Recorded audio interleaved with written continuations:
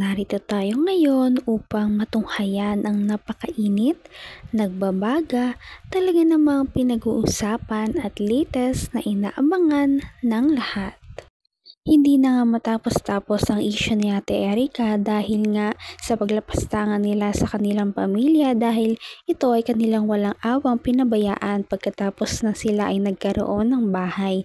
At hindi lang yon dahil pati ang kanilang e-lovers na fans ay talagang nagalit na sa kanila dahil ito rin ay iniwan nila pagkatapos pakinabangan.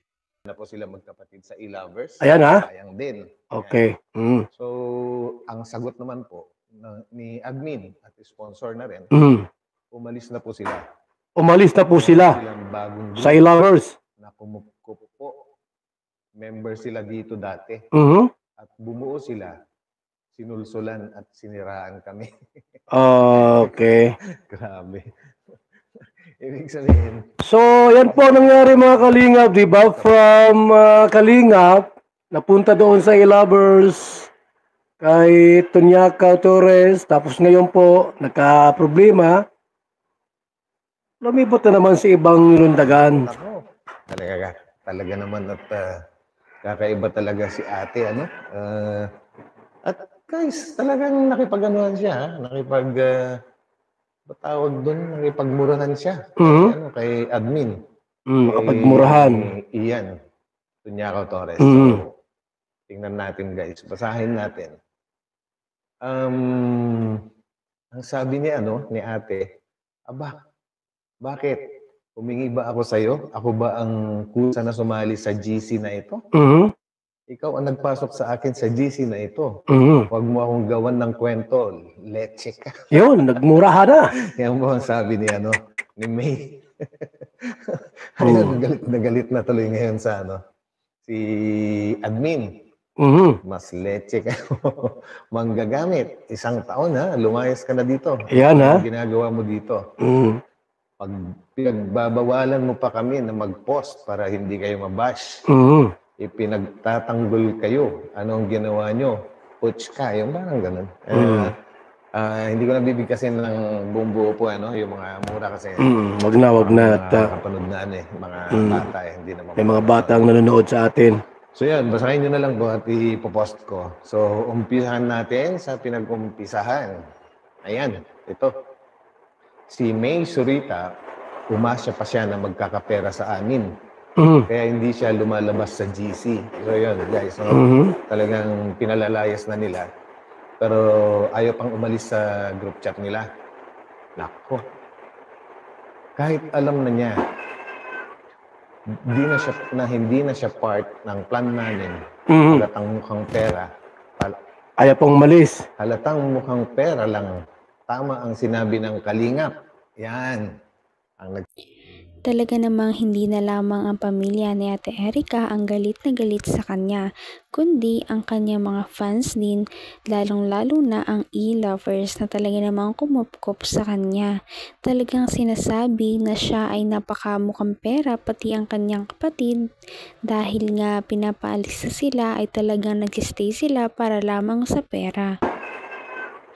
Hindi na siya part ng plan namin.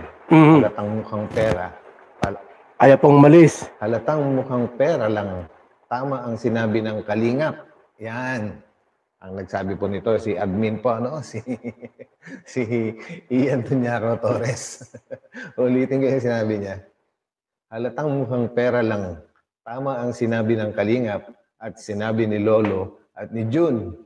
Jun, yung unang Jun E. po sa kanila, Si Jun Wonder ba yun, guys? Ayun, tuloy natin. Ginamit nila ang mga tao. Kaya ingat po kayo sa kagustuhan namin na tumulong. Kaso naawa kami. Gawain na pala, kasi naawa kami. Gawain na pala nila talaga. Dadalhin nyo yan hanggat maputulan kayo ng hininga.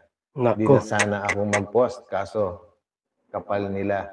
Di na nahiya. So guys, actually, kung panonoorin nyo yung videos nung unang nakapag-vlog sa kanila na si Jun Wonder, ganyan din po yung mga binabanggit, Pero pagdating naman si Kalingap Rab, hindi naman umimik si Kalingap Rab, Kumbaga, hindi naman nagsasalita kasi ng ano yun, ng masama si Kalinga Prab. O, kumbaga, may mga ano lang, may mga chismosa na nagpapasama sa Kalingap po, ano. Ginagawa nila ng dahilan kung bakit umalis si ano, si Miss E. Yan. Ginagawa nila ng chismis lang dati. Pero yun pala, napatunayan ngayon ng ano, ng e-lovers na talagang manggagamit itong mga ito. Ayan na, sinabi nyo na yan, Sa ibang grupo. Basta yung tunay na kulay ng magkapatid. Hindi pa talaga umalis sa GC namin. Baka daw may makuha pa siya. Naku, grabe.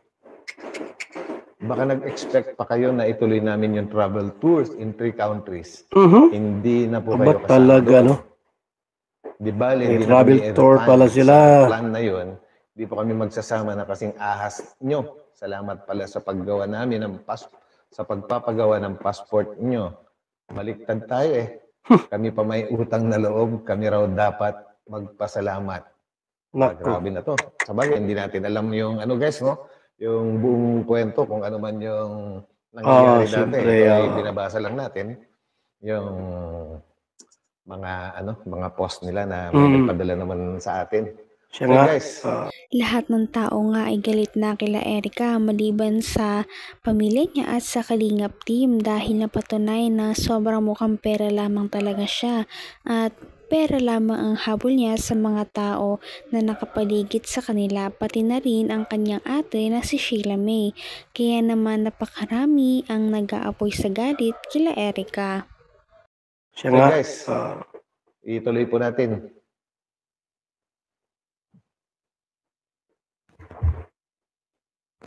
Ayan. At tawa ng tawa si Ian. Ako pa ang ileche mo. Nakatikim ka ng pooch sa akin.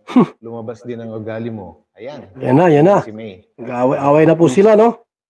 Sila na may kasalanan, sila pa ang matapang. Ano pa nga ba? Palalabasin natin ang ugali niya. Talagang ganyan siya magsalita. Tapos sa bandang huli, nagpapabiktim na siya. Talaga. Natatawa talaga ako guys kasi matindi yung yung pagmamalasakit ng e-lovers dati. Magkasama yan eh, no? Talaga naman eh. Sa bahay ni na Lolo para mag-interview or mang-ask yung mga ganyan. Kung napanood niyo po yung mga vlogs ng tita ni Miss E dati, naglalabas ng sama ng loob dahil sila nga yung ginagawa ng kwento na sila yung masama kaya umalis sina Miss E doon sa bahay ni na Lolo. So ngayon napatunayan na ng e-lovers na yung magkapatid talaga yung salarin masama. Yan na.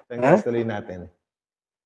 What you see is what you get. Tawa na lang ang ibang admin na nagbabasa. Defensive kung di lang nagka-leche-leche, walang tapos ang plano. Sige, marami akong ebidensya sa pagka walang hiya nyo, mag-ina.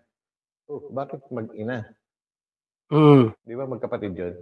Siguro ang binabanggit dito is, di ba kasama nga pala nila ang nanay nila, no? Na lumayas kina Lolo. Kasama yun sa bahay nila. Kasabwat din pala yung nanay nila. Kasabwat din po yan.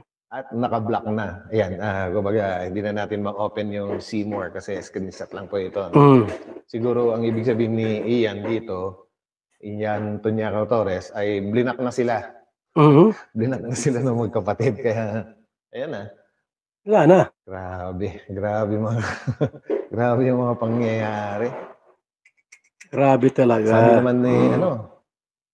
Sabi naman ulit ni Miss Ian, ngayon naniniwala na ako sa lolo nila at sa Kalinga. Ayun ha? Kasi aim nilang tumulong, tapos tinalikuran sila ni Ed. Grabe talaga ang mga revelasyong nalaman natin sa video na ito. Ano na kaya ang mangyayari sa pamilya ni Ate Erica?